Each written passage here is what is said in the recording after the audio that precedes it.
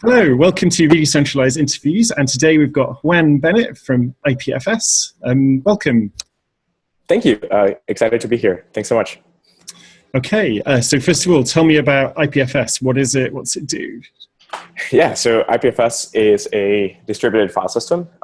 It is a protocol meant to upgrade how the web works and make it safer, more open, and faster in a lot of ways. One of the big points, though, is that it changes the power dynamic of how websites and information is distributed through the web. And it does that by changing the addressing. So instead of addressing things by a DNS domain name that maps to an IP address, which means like a specific set of physical machines that some entity controls, it addresses content by the cryptographic hash of the content or by the cryptographic hash of a key. And so in the content case, then content can just be published onto the network and it has no authority whatsoever, meaning if some image is on the network, it's not necessarily owned by any entity, and anyone can link to it, anyone can distribute it, and so on. And if it's linked by a key, then only the holders of that key hold the authority over that content and can update it. But it doesn't require any physical infrastructure like an IP address. Anyone can come in and make an update and release the update onto the network, and then go offline, and the update is carried by the network. So this changes the power dynamic of how information is distributed, because it makes it takes like the location out of it, which means that you can address content directly where it is closest to you when you're trying to retrieve it. So this makes it work a little bit like BitTorrent, right? So imagine that you are trying to fetch a website and all the assets for that website are already in computers near you in the same room or in the same building or just even in the same city. Then your computer should be able to go and fetch them from that close by location instead of having to go all the way to the backbone of the internet to the original servers of the website. That's a way of like summarizing all of the different things. The project is broader, and we can dive into many different facets. There's a lot that we're doing in a lot of different realms. But so does it kind of replace the HTTP in a way? It's like a new protocol you'd use for the same file transfer purposes, but more decentralized. Exactly. The goal is to upgrade and replace HTTP in a lot of contexts. HTTP will still be used for a lot of things like APIs and so on, but for any place where you're moving just a static object of content, whether it's a file or it's like some JSON data structure or something, many cases you just want to use something like IPFS that allows you to retrieve that content as efficiently as possible, and without the resiliency guarantees that HTTP gives you, right? So like, or rather that HTTP doesn't give you. The part of the point with IPFS is that websites should be able to work in a whole variety of settings that HTTP today does not enable. So things like offline, right? So if you have all of the content that a website represents, why can't you run it in your web browser, right? Or if you have a chat application or something like a document, like an Etherpad or a Google Doc or something, and you have all of the computers are relevant, all the people that are relevant are connected physically by the internet in some way, but you're just not connected to the backbone or not connected to the rest of the internet and connected to the particular server that this website is hosted on, you should continue to be able to work, right? So the classic example is like, you're like in the same room and you open, say, Google Docs or a Slack chat client or something like that, and you start chatting away, and then suddenly like your building loses connectivity to the internet, or like your office loses connectivity, and you can't work anymore because you got disconnected from like the mothership of these websites, and it's kind of crazy, right? So with IPFS, you should be able to continue working locally, and you should be able to continue what you're doing, right? Like you should be able to continue chatting with each other if you're physically connected. You should be able to continue working on that Google Doc if you're physically connected. So it can do messaging and notification, can it, as well as doing file storage? Yeah. So the name IPFS is a little bit, it sort of presents it as like, here's how you can do file storage and so on. But the project is much larger and much broader than that now, because we had to solve a ton of different peer-to-peer challenges to make basic file distribution easy. It turns out that you have to change a lot of how the underlying network stack works. And once you do that, then a bunch of other stuff becomes really easy. So messaging and notification on a website is very similar to file distribution, right? So it's the same fundamental problem. You're moving bits from one computer to another. And if you make it decentralized and you make it able to work efficiently and fast, depending on where people are, then you can just as easily do moving around a large video or images or like the assets of a website, or you can do like, messages for a chat application, or do messages for like running an application like Google Docs or something like that. Okay, so from the user's point of view, I guess it's mainly for developers, is it, that you have to program the API, and from an end user, they'd be using it behind the scenes? Yeah, exactly. So the majority of the users of the web would not necessarily know they would be running IPFS, and that's a good thing, right? Like we win if the majority of the users just get a better experience and their websites just get faster and better and so on, and like just progress happens. And suddenly they're in a situation where like maybe even they're in a mobile app or in a website or something, their computer continues to be able to work given situations that otherwise would cause a failure, right? Like they can reach their loved ones when maybe some like disaster happens, and they can still, their computer can physically connect to their loved ones' computers, but maybe not to like the rest of the world or something, right? And like suddenly all these applications would just work. And yeah, it's primarily targeted at developers. So it's the same way that like HTTP libraries or HTTP servers and so on are not marketed to end users. They're marketed to the people building applications. And it's the people that are building applications that need to choose the technologies that they put into their applications. And so they're going to be the direct users of IPFS. They're building on top of IPFS. They're choosing it as a way to deploy and to build their applications. And so that's like the main goal.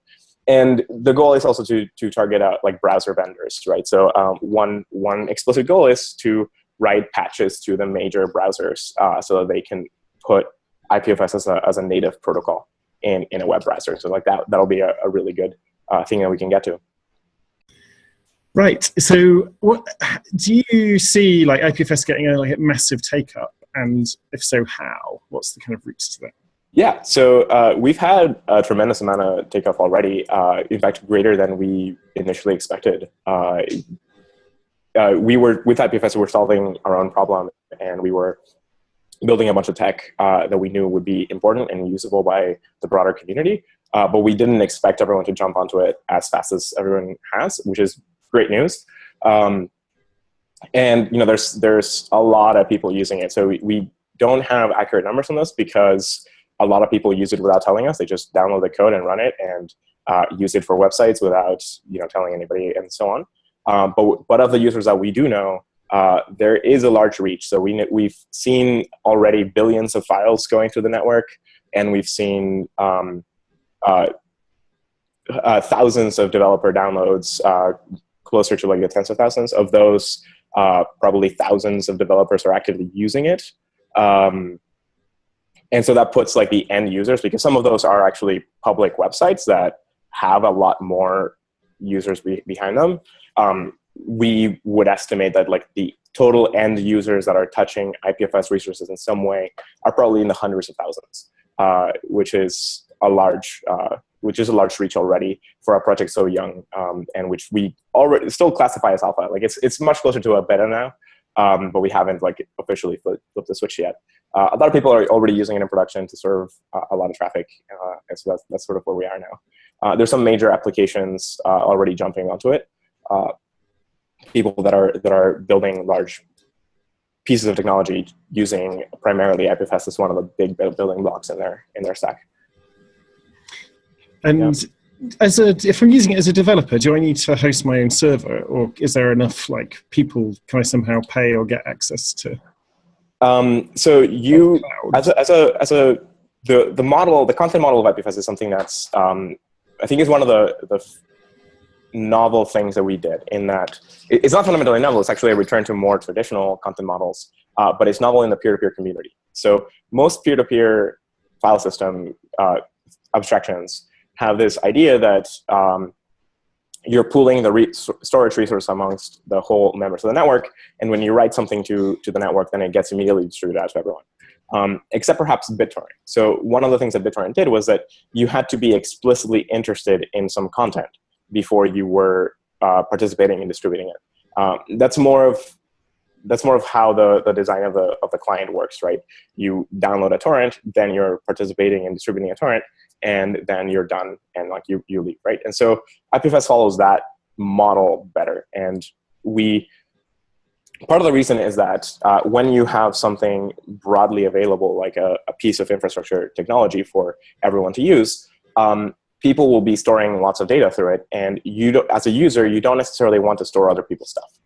Even if it was completely encrypted, even if it was completely, you couldn't see what it is or anything, like you just wouldn't want to carry other people's bits, primarily for, in some cases for performance reasons, and in other cases just from like a legality perspective. If you allow anybody to write to you, they might have illegal stuff, right? And so when there's illegal content distribution as a possibility, then businesses just would not be able to adopt this at all. So it's a non-starter for, I think, a lot of peer-to-peer projects. It is actually a detriment to adoption, the fact that it pushes that content model. And so it forced us to think very carefully about how to construct, how to leverage peer-to-peer tech that allows content to be distributed in this way, to create a system where that can happen among the peers that want to distribute content with each other, but it doesn't necessarily place an undue burden on the rest of the network. And so what came out was like a two-tiered architecture. So in like tier one is like the core IPFS protocol that just defines how the content is addressed and distributed and moved around and so on. And it leaves the decisions of who carries what content up to the higher level of the stack, right? So it says you have an IPFS node. It has some content that you've put there, either by directly adding it to that node or by requesting it to IPFS and pulling it into your node. And once the content is in your node, then you can distribute it and serve it to other people. So you have to explicitly choose to add something or download something with IPFS to then also distribute it. So nobody is pushing content that you don't necessarily want. And you're agreeing to like redistribute stuff that you have retrieved yourself. Then on top of that, there's a lot of reasons why people might want to distribute content. A, they are running a website and they want their viewers to download the content. Or B, they're participating in some like resource sharing agreement of saying, hey, if you back up my files, I'll back up your files. Or C, they're doing it as a service. Like they say, if I will back up your files, I have a bunch of hard drives, and why don't you give me money? And then, you can get money some other way. If you give me money, then I'll store your data for you. And there's other ways. So these kind of three buckets cover the economic costs, right? In one case, there's the distributor of content is gaining some value in some way by distributing the content, so they're totally fine fronting the costs of storing it. In the middle case, there's a resource sharing co-op mentality of saying, we will account for each other's costs. And in the last case, it's like, I'm directly offering you a service of saying, you pay for the cost of storing all this stuff. I'm just going to make it really efficient for you because I have some cost reduction that like it's cheaper for me to run the hard drives than it is for you. So we can create an economic model around it. Right. So something like a commercial CDN might charge the person who's putting the content in it, whereas as an end user, I might pay for a cache or something, or or as a co-op, like if Wikipedia was in it, then loads of people might just donate storage. Exactly. And so IPFS tries to structure the addressing and so on such that you can create any one of these models on top of IPFS, and IPFS does not get in your way, and it lets you distribute the content however you want to distribute the content, right? So if you're a large website and you are totally fine paying for the storage and the bandwidth for seeding the content, go for it. And then your viewers will help you offset a bunch of that cost as well as they're viewing it and browsing it and so on, but you are responsible for keeping at least the seeds of all the content available. If you are part of a community that is able to, that has a vested interest in backing up and sharing some material, for example, like Wikipedia is a great example, or other archives like libraries or large networks where there's some large, scientific communities, for example, where they have like tons of papers that they need to distribute, or tons of data, or like data in the petabytes that scientists need to make available and download and so on, then they can pool in the resources together and agree to distribute the content for each other. And then maybe designate some specific hosts or entities to make the stuff available for everyone, right? And in the last case, you can create actually an economic structure that allows businesses to emerge that serve stuff for each other. And that actually is a space where another protocol that we're working on called Filecoin comes in. And so that's where that specific case where people are able to form a market for data distribution, that's where that whole protocol fits. Okay. So given all that, what's the business model for developing the software? I mean, do you have paid developers at the moment? And yeah, we do. So, and the story is a little bit like long and of how this ended up working this way.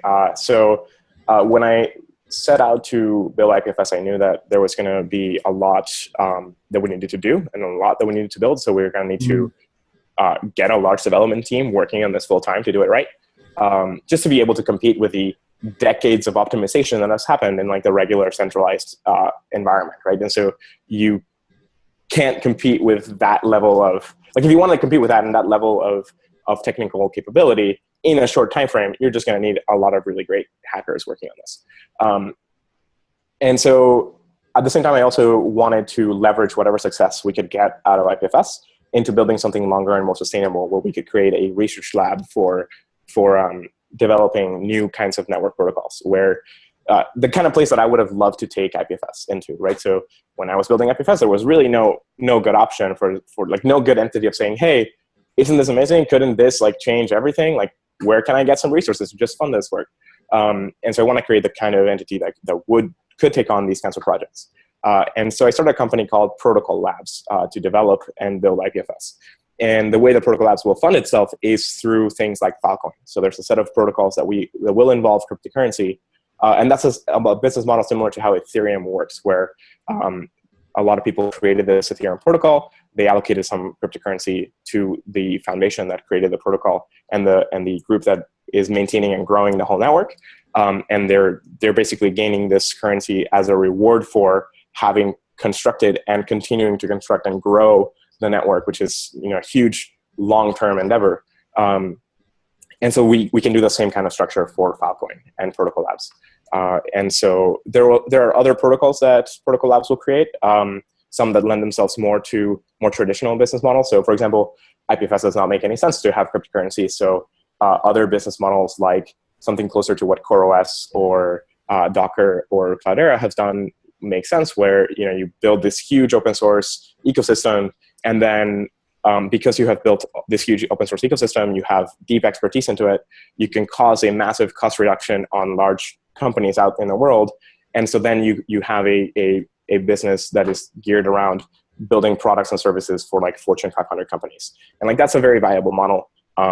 To us, it's the model, we might explore that for sure in the future with IPFS, but it's more exciting at the moment and it seems much more promising and profitable for the lab in the long term to follow the Filecoin cryptocurrency route, because that keeps us closer to the protocol layer itself, and it makes the product growing the product, like the better the protocols do, the better Protocol Labs does, and so it keeps us tied closely to the technology we're actually building. Whereas the business models that build products and services to, say, Fortune 500 companies get optimized around what the products and services for those companies are, not for the world as a whole. So yeah, that's kind of like why we opt for this kind of like business model.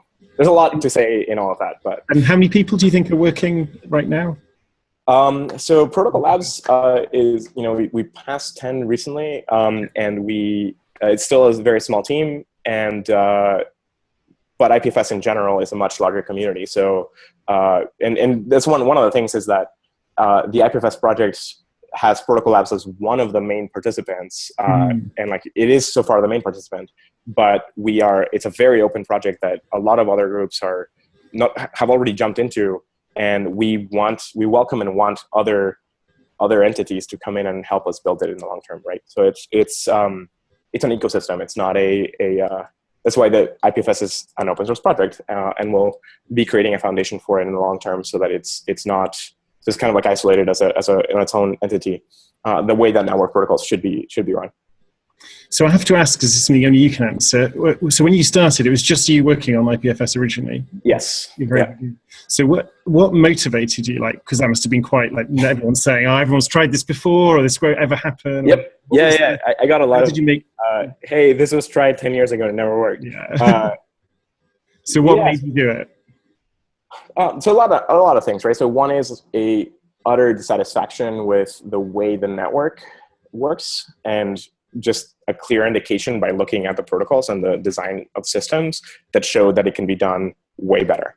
And if you know that something can be way better, and scientifically, like, you can look, or from an engineering point of view, you can unravel all the details and understand why it works one way and not another. And you realize that it's all kind of more historical, and there's a lot of parties that are making a lot of money with the current way that it's structured. And that if you have just the right protocol, you can like pull this huge lever and just like change how everyone is doing everything and move in a different direction. Similar to how HTTP changed everything, or similar to how TCP/IP changed everything. Right? And so if you create the right protocol and ship it, and it works effectively and it works the right way, then you can have this massive change and you can solve major problems. And so it was clear to me that it just hadn't, while this kind of thing had been tried many times, and it still continues to be tried many times, there hadn't been a solution that took into account a lot of very hard user adoption challenges and application building challenges. So IPFS is a protocol designed for applications to use it, not just for end user to distribute their own files, right? So when starting off, a lot of people were like looking at this as like a Dropbox, like a distributed Dropbox kind of thing, and that couldn't be further from the truth, right? Like it's about applications and about building something fundamental to how computers move around content.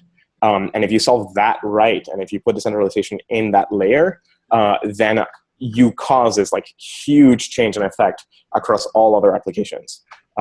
So it's not like an end user product. It's a new kind of way of doing computing, right? And so like that's a different scope, and it's much harder in a lot of ways, but it's one of the reasons why a lot of the previous peer-to-peer efforts didn't work.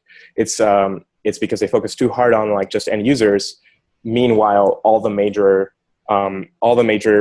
efforts in computing, where like when you think about like what applications you use on a daily basis, what computing do you do on a daily basis, it's all the social network stuff, it's file distribution and so on, all of which is built on very centralized technology. And so to properly re-decentralize the network and go back to the original principles of TCP/IP and so on, you have to address that. And you have to address it in such a way that when engineers and developers are constructing a new idea and constructing a new system, it's just way easier and simpler to build decentralization from the beginning with better tech than it is to do the alternatives, right? So okay. So finally, then, so suppose we for IPFS to become more popular than HTTP, imagine it. To clarify that, like HTTP came in to replace things like FTP and so on, but FTP is still alive and well, right? So it's a sort of thing where like there are different things for which each protocol is useful for, and so people are using HTTP in ways that like they really should be using something else, like IPFS, and so that's what we're going to be replacing. Right. So we never claim to like say like okay, it's going to be gone. So in terms of that, what would you say is the biggest limiting factor? Like, what do you need most help with? Or I think so. The most help would come in optimization at this point, I think, because we have the core features there already. So we have two implementations, one in Go and one in JavaScript, and they both work, and they both are being used by a lot of people in various different applications and so on. And we just have this major like lack of optimizations yet, because we were very focused at the beginning on just getting feature completeness and dealing with all the feature requests from a lot of people, to the point where now we have a lot of room for improvement in terms of just optimizing the protocols and networks and like different things about the stack to make it really fast and competitive with other approaches of doing things. And so we think that would be a great area for people to help out on. The other thing is just building applications. If people have a very interesting use case, like just try building on IPFS. Tell us where it doesn't fit your needs. Tell us where it breaks. If you find bugs, please file issues. The requests very welcome and desired. Like we have a very, very open community. There's like hundreds of contributors. Yeah, to answer the previous question, like there are hundreds of people working across the IPFS ecosystem. And we have a very active IRC channel and a very active just GitHub community in general. And it's a very open community. So as people build applications and use IPFS to build new things, either new use cases come to mind, or you push the code in different ways that other people haven't. So you'll find other things like either rough edges that we need to fix, or potential for like a new feature, or potential for new optimizations. So all of that information is super useful to all the core developers. So yeah, I would say that's probably the most useful thing for people to do, and just like spread the word about it. Fantastic. Thank you very much. It's been a pleasure talking to you. Yeah, absolutely. Thank you so much.